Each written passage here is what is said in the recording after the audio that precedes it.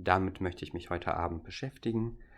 Das sind alles Dinge, die ich entweder geschenkt bekommen habe oder irgendwo günstig oder kostenfrei bekommen habe. Zum Beispiel dieser kleine Acer Aspire mit einem i3 530. Das ist, glaube ich, so ein Prozessor der ersten Generation. Da ist keine Festplatte drin gewesen, als ich ihn gekauft habe. Dafür aber 4 GB RAM. Und da ist auch keine Grafikkarte mehr drin, sodass das für 20 Euro zu haben war. Ich denke, das ist ein gutes Angebot. Und ich habe das Ding eigentlich nur deswegen gekauft, weil ich zufällig noch von meinem alten Basteln noch eine Festplatte übrig hatte und die noch irgendwie verwerten wollte. Und noch eine Grafikkarte für ein schmales Gehäuse. Passend zu der Grafikkarte, das sieht man hier, das ist ein 59er Pin, habe ich auch Kabel mit DVI und VGA-Adapter, wenn man sie braucht. Und ich habe noch ein paar RAM-Bausteine teilweise bei eBay zusammengekauft und teilweise hatte ich die noch über aus anderen PC-Konfigurationen. Das alles möchte ich heute zusammenbauen und dann schauen, was ich damit so anstellen kann.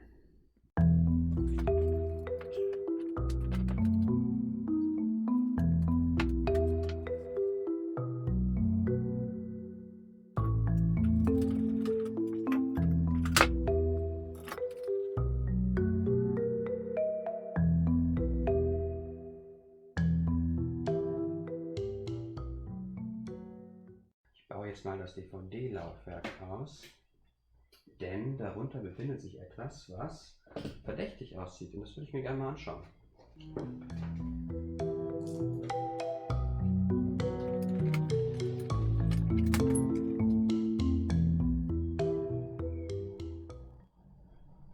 Tatsächlich, in der Anzeige stand, dass die Festplatte nicht dabei ist, aber es ist noch eine eingebaut. Die hole ich mal raus und schaue ich mir genauer an. Das ist mal eine schöne Überraschung. 1 Terabyte einfach mal gewonnen. Das heißt, die 80 GB Festplatte, die ich noch übrig hatte, auch wenn sie von Samsung ist, kann ich mir wieder woanders einbauen.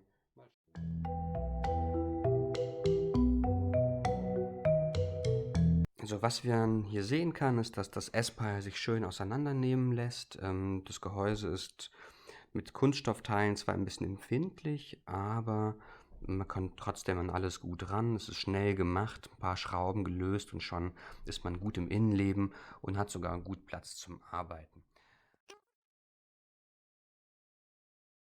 RAM war noch verbaut. Ich habe mir das gerade ein bisschen genauer angeschaut. DDR3 RAM. Und ich glaube, ich habe passendes RAM, um von 4 auf 8 GB aufzurüsten. Das muss ich mir gleich mal genauer anschauen und dann gucken, ob ich das noch in einen Dual-Channel reinkriege. Genau, gereinigt werden muss das Ding noch. Dann baue ich alles ein und sobald alles fertig ist, kann ich einen ersten Testlauf machen. Jetzt geht es ans Reinigen. Ich mache das immer so, dass ich, wenn ich neue Computer oder alte Computer dann bekomme, dass ich oft erst einmal so die Kabel löse und dann wieder neu einsetze, um zu schauen, dass auch alles gut sitzt. Manchmal gibt es Kontaktfehler und Probleme, die entstehen, einfach nur weil die Kabel nicht richtig sitzen. Neulich ging einfach ein Computer gar nicht erst an, einfach weil das Kabel noch nicht richtig saß. Ne? Also das lohnt sich einmal zu prüfen, auch am Motherboard zu schauen, dass alles sitzt. Aber hier sieht alles super aus, also kann man nicht viel sagen. Dann kann man eigentlich auch schon ans Reinigen gehen. Ich puste es einfach ein bisschen durch.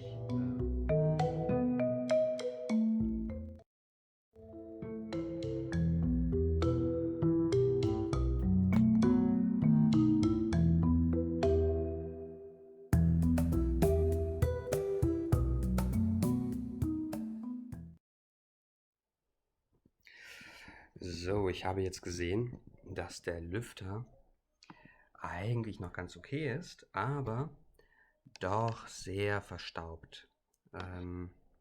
Und da ich keine Wärmeleitpaste zu Hause habe, aber heute trotzdem das Ding gerne schon mal größtenteils fertig kriegen möchte, gehe ich jetzt mit dem Staubsauger und Pinsel ran.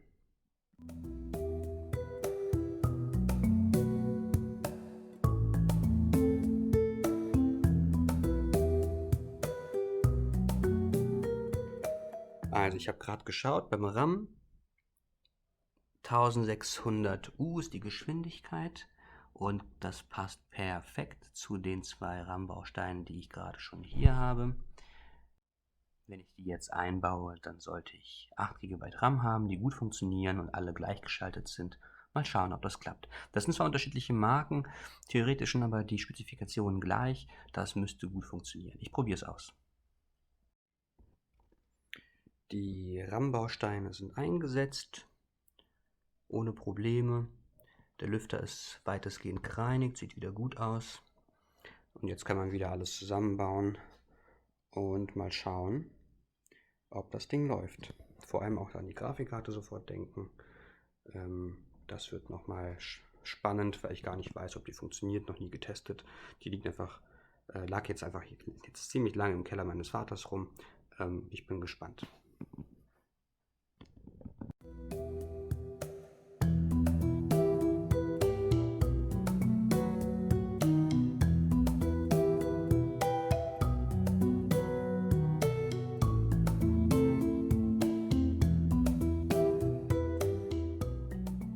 Es ist alles zusammengebaut.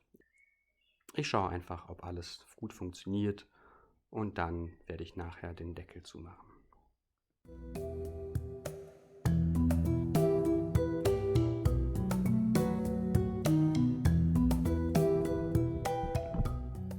So, jetzt kommt der Moment der Wahrheit.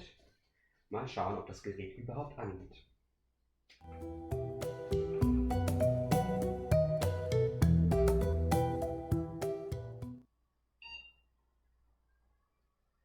Sieht schon mal nicht schlecht aus.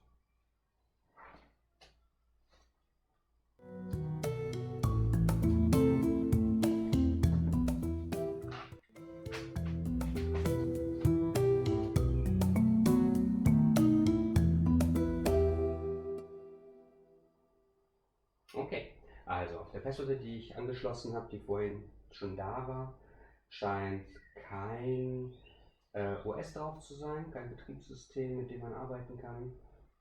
Deswegen nehme ich mal eins von einem Stick. Ich probiere es erstmal mit einem Linux-System, weil das sehr schnell geht, und dann schaue ich mal, ob ich auf Daten zugreifen kann, die auf der Festplatte enthalten sind. Ich bin jetzt mal ins BIOS reingegangen, beziehungsweise bin kurz davor. Und kann jetzt gleich ein Boot-Device auswählen. Wollte aber noch kurz zeigen, wie der Computer läuft. Man hört ihn. Er ist also nicht völlig geräuschlos, aber bei einem eingebauten Lüfter von der Größe ist das auch selten, wenn man da nicht noch irgendwie ein extra Gehäuse hat. Aber alles scheint schön zu laufen, ohne Probleme.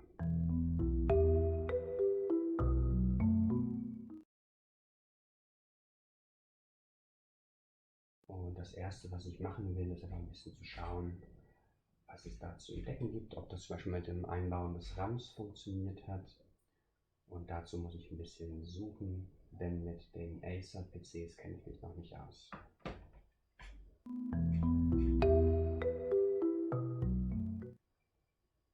Hier sehen wir die Spezifikationen, i3 530,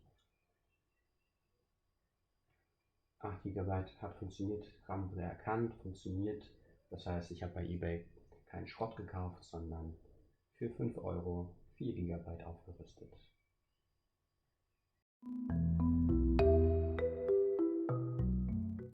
So, ich beende das Ganze. Und da von der Festplatte aus nicht gebootet werden kann, setze ich hier meinen Stick ein.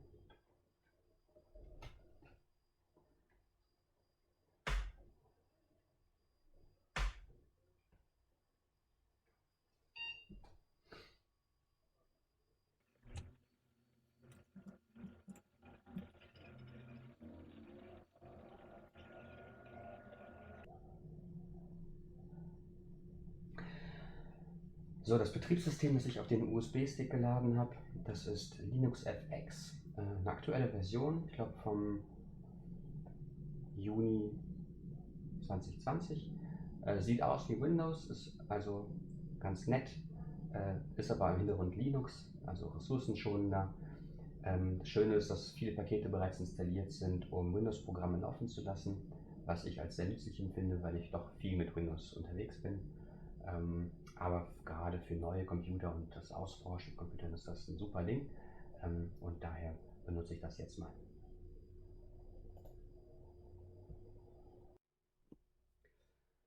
So, ich habe jetzt mal das Installationsmenü gestartet von Windows FX und sehe bei den Partitionen, dass auf der eingebauten Festplatte, diesen Überraschungsfund von 1 Terabyte, dass da schon etwas installiert ist, beziehungsweise etwas aufgespielt ist. Das sind 550 Megabyte, auf die ich aber durch das Programm gerade noch nicht zugreifen kann. Es könnte sein, dass der Vorbesitzer auch da schon eine Linux-Version installiert hatte. Das schaue ich mir später ein bisschen genauer an. Ich habe einen kleinen Test gemacht mit YouTube, das läuft. Ich habe hier schon mal Firefox als Browser festgelegt. YouTube ruckelt ein bisschen. Ich bin noch nicht ganz sicher, ob es daran liegt, dass das OS über den USB-Stick läuft oder ob das andere Gründe hat. Das muss ich noch ein bisschen schauen. Schauen wir uns mal die neuesten Nachrichten an. Im kleinen Screen ist alles flüssig und in Ordnung. Sobald man es aber vergrößert, sieht man, dass da so ein paar Frames geskippt werden. Da muss man was tun, damit es besser wird. So, also ich installiere Windows FX und das mache ich alles im Schnelldurchlauf.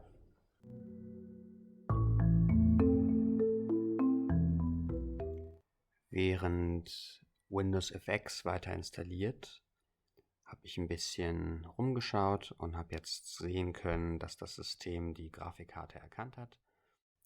Kein Wunderding, ein kleines Office-Teil. Ich weiß nicht einmal, ob es besser ist als das, was in Motherboard ohnehin onboard installiert ist.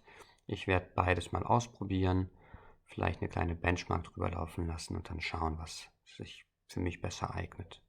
Es ist ziemlich viel Zeit vergangen, ich glaube circa 40 Minuten, und die Installation ist immer noch nicht abgeschlossen, gerade mal bei 50%. Ich bin mir nicht sicher, woran es liegt, ob das die langsame Übertragungsgeschwindigkeit vom USB-Stick ist, alles über USB 1 noch laufend, ob das vielleicht ein Problem mit der Festplatte ist, und ich sehe, dass jetzt in der Zeit auch noch Grafikfehler aufgetreten sind. Das sieht man ziemlich gut in dem Fenster, das oben Glitch, und man kann die Schriftarten nicht mehr lesen. Also ich bin kurz drauf und dran, alles abzubrechen, und nach 2,5 Stunden habe ich das einfach abgebrochen, und da es nun ein bisschen zu spät geworden ist, einmal mehr, mache ich morgen weiter.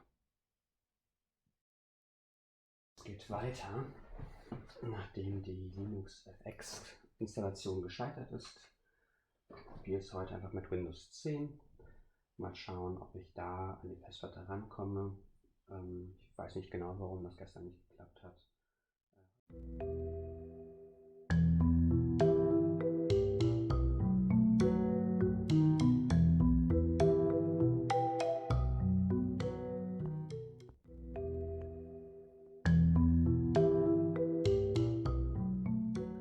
Also ich habe die alte Festplatte ausgebaut, die neue eingebaut. Hier sieht man es, 80 GB bzw. hier 74,5 aufgelistet. Und installiere jetzt einfach Windows 10. So, und während Windows installiert wird, kann ich ja schon mal hier ein paar Aufkleber entfernen, denn eine ATI-Grafikkarte ist nicht mehr drin. Da ist jetzt die Nvidia-Grafikkarte drin. Die wiederum macht mir ein bisschen Sorgen, denn ich habe jetzt schon wahrgenommen bei den ersten paar Minuten bzw. Stunden, mit denen ich jetzt hier beschäftigt war, dass so Grafikfehler auftreten. Ich bin mir nicht sicher, ob es an der Grafikkarte liegt, aber das ist meine erste Vermutung. Ich lasse nachher mal ein paar Testprogramme laufen und gucke mal, was dabei so rauskommt. Windows 7 ist hier auch nicht mehr drauf, das nehmen wir auch weg. Dann bleibt nur noch der Aufkleber vom Prozessor. Den lasse ich auch gerne drauf, auch wenn ich ein schlichtes Gehäuse schön finde, weil man dann von außen sofort sieht, was auch drin steckt.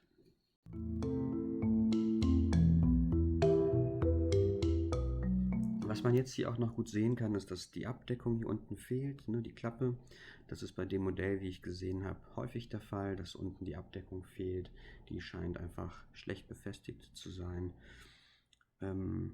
und daher bricht sie bei vielen Modellen ab. Gerade wenn man das Ding oft bewegt, kann es mal leicht passieren, dass man irgendwo anstößt und wenn da so ein Plastikteil ist, bricht es halt ab und dann ist es weg. Sieht unschön aus, aber es funktioniert alles, was dahinter liegt mit den USB-Anschlüssen. Ja, Windows ist jetzt installiert und es braucht, wie ihr seht, sehr lange. Das ist halt eine alte HDD, 10 Jahre alt ist die.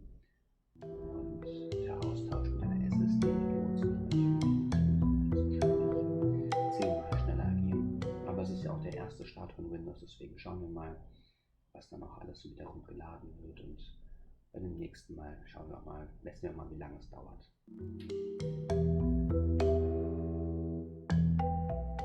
Das ist jetzt eine nicht aktivierte Version von Windows 10 und trotzdem kann man damit ja schon einiges anstellen. Ja, das ist jetzt der 2004er Bild, der ist noch ganz frisch. Trotzdem werden jetzt einige Updates benötigt und wir lassen das einfach mal alles durchlaufen.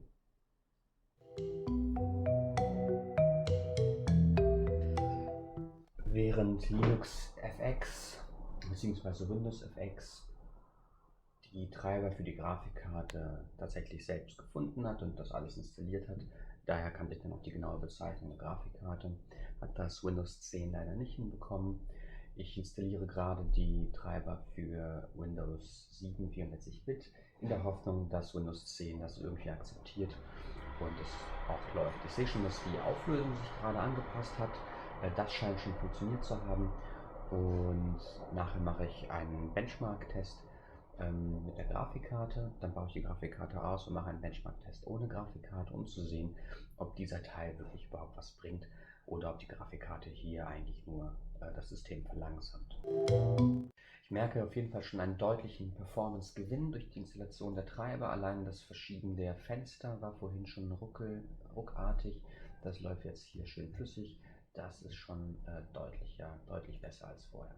Das ist jetzt hier die Maximalauflösung des alten Monitors. Da kann man dann auch nichts dran machen. Aber theoretisch müsste die Grafikkarte auch Full HD fähig sein. Das werde ich später am Fernseher testen. Und so sieht es dann aus, wenn alles fertig ist. Treiber für die Grafikkarte ist installiert, Windows hat ein Update erlebt und im Moment scheint alles stabil zu laufen. Es läuft auch relativ flüssig. Wegen der HDD ist alles ein bisschen langsamer, als man das vielleicht gewohnt ist von neueren Computern. Aber ansonsten ein schönes, kleines, leises, flottes Ding.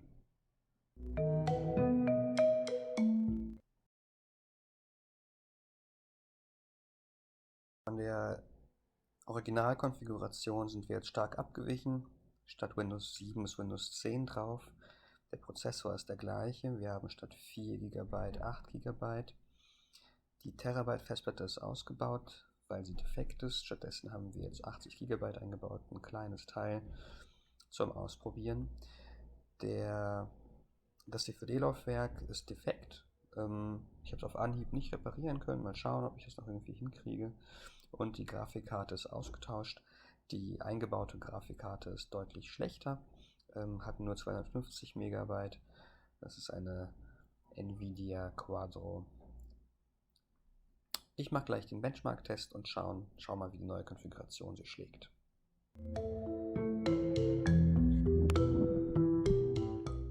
Es ist alles startklar für den ersten Benchmark-Test. Ich habe Performance-Test Version 9 installiert und lasse es jetzt laufen. Ich habe jetzt keine weiteren Einstellungen vorgenommen.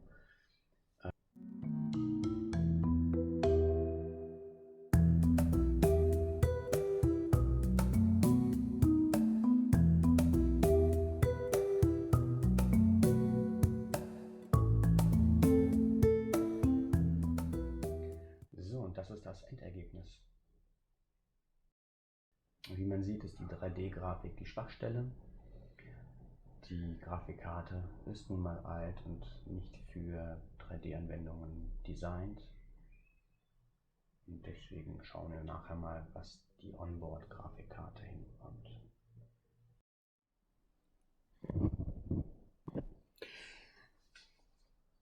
Die Grafikkarte ist ausgebaut und jetzt ist das Gehäuse leer.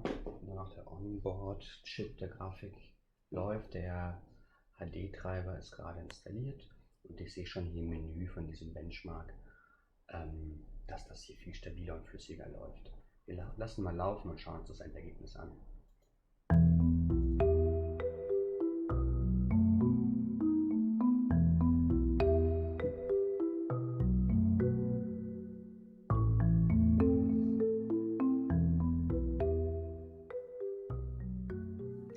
Diese Benchmark besser ausgefallen.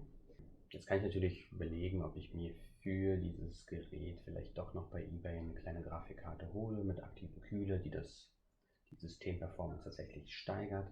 Entweder das, was ursprünglich verbaut war, eine ATI Radeon HD 5570 oder was höherwertiges. Das muss ich mir aber nochmal anschauen, beziehungsweise ich überlege sowieso, was ich mit dem Gerät noch anstellen möchte. Da kommen eigentlich nur zwei Dinge in Frage. Entweder ich nutze es für mich selbst als Retro Gaming Station oder aber ich verschenke oder verkaufe das Ding. Genau, das waren die zwei Dinge. Das heißt, ich werde nachher noch mal gucken, was es kann, wenn ich da eine Recall-Box mit der Emulationsstation laufen lasse, ob das zufriedenstellend ist und Spaß macht. Andernfalls kommt es dann wieder weg.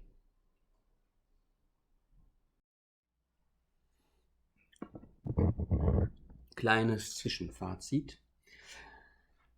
Das Gerät habe ich ja eigentlich gekauft, um ein paar Sachen, die noch rumflogen, zu verwerten, zum Beispiel die Grafikkarte. Es hat sich herausgestellt, dass das Ding leider unbrauchbar geworden ist, weil es einfach zu alt ist und das System ausbremst. Das wird dann einfach bei eBay verschenkt. Die schöne Überraschung war ja, dass eine 1 TB Festplatte noch verbaut war, obwohl beim Verkäufer angegeben worden ist, dass da keine Festplatte enthalten ist. Leider hat sie sich als defekt herausgestellt, dadurch viel Zeit gefressen.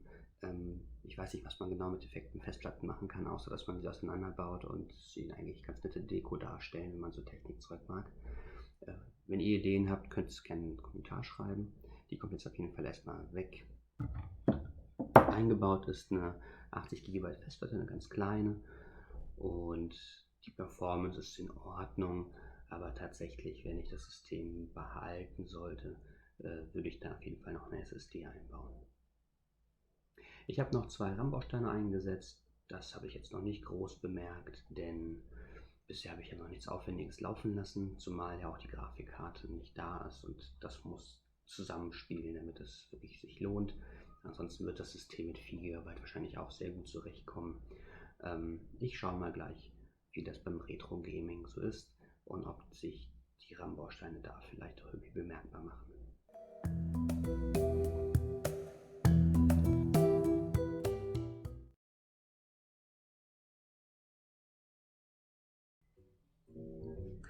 Also ich bin gerade in der Recall-Box, in der Emulation Station und mache hier einen kleinen Test, was der Computer so alles kann. Ich starte mal mit dem Game Boy Advance.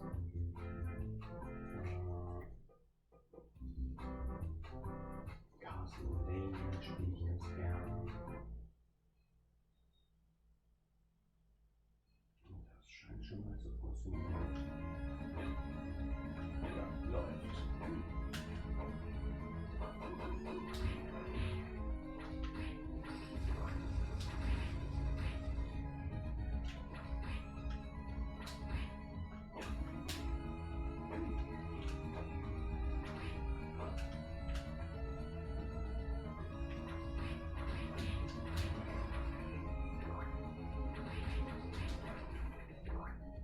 Also, Game Boy Advance funktioniert super. War aber auch nicht anders zu erwarten.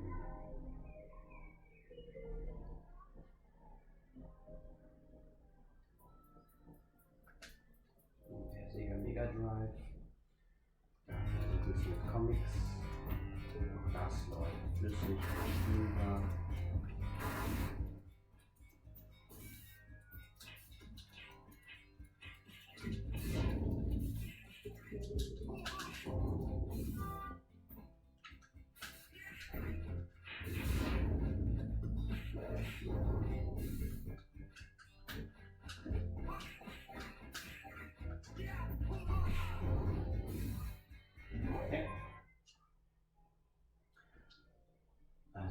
jetzt wird es schon ein bisschen schwieriger. Nintendo 64, das ist immer ein bisschen schwierig mit dem Emulator.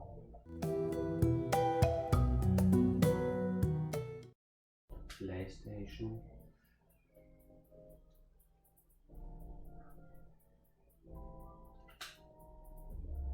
Legacy of Kain. Auch das läuft flüssig.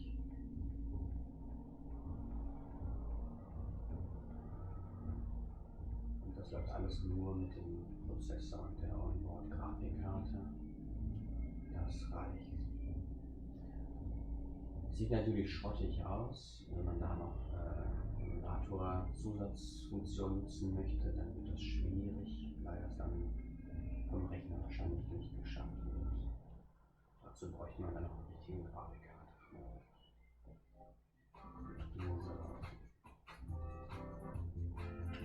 PlayStation Portable noch als letztes. Mal gucken, wie er God of War packt.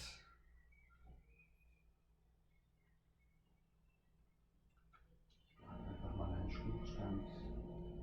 Oh, und das ist überraschend flüssig.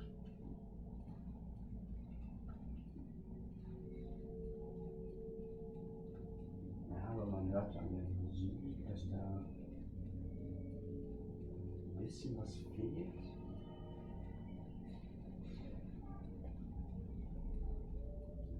Kleine Soundfehler.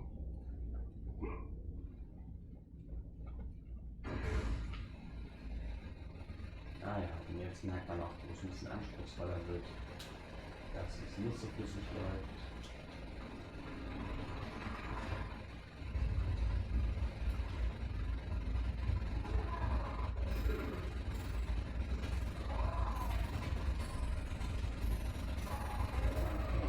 Also, N64 klappt nicht, PlayStation läuft gut, PlayStation Portable ist zu anspruchsvoll, alles andere, was darunter liegt, müsste eigentlich klappen. Bei N64 liegt es vielleicht in den Einstellungen der Recalbox. Also ein brauchbarer Computer für Retro-Gaming, aber jetzt kein besonders guter, weil man so ein paar Sachen eben nicht machen kann. Dafür bräuchte ich ja noch eine Grafikkarte. Das war's. Ich habe bei eBay für 10 Euro so einen Bundle an Grafikkarten gefunden und da war unter anderem eine Nvidia GeForce 310 dabei mit einem aktiven Lüfter. Die habe ich da jetzt eingebaut und das Schöne ist, dass die auch einen HDMI-Port hat, über den ich jetzt den Monitor angeschlossen habe und über den ich auch das Gerät an den Fernseher wieder anschließen kann. Ich habe noch die Halterung für die Grafikkarte angepasst. Leider war sie zu lang und ich habe keine passende kurze gehabt, deswegen habe ich sie einfach an den Seiten verdreht und ein bisschen abgeschliffen mit einer Flex. Ist zwar ein bisschen grobschlächtig, aber hat gepasst. Das Ganze wurde dann fotografiert. Nachdem ich 2 Wochen lang genutzt habe, habe ich es bei eBay reingestellt, weil ich dann doch Lust hatte auf ein anderes System, ein neues Experiment. Das System lief gut, ich war zufrieden, aber bei eBay konnte ich es dann erfolgreich verkaufen. Klar, das Geld ist es nicht wert, die ganze Arbeitszeit, die reingeflossen ist, aber ein bisschen was habe ich daran verdient und es reicht für ein neues kleines System, an dem ich dann wieder schrauben kann und basteln kann und darauf freue ich mich schon. Vielleicht seid ihr nächstes Mal auch wieder dabei. Bis dahin, schöne Zeit euch.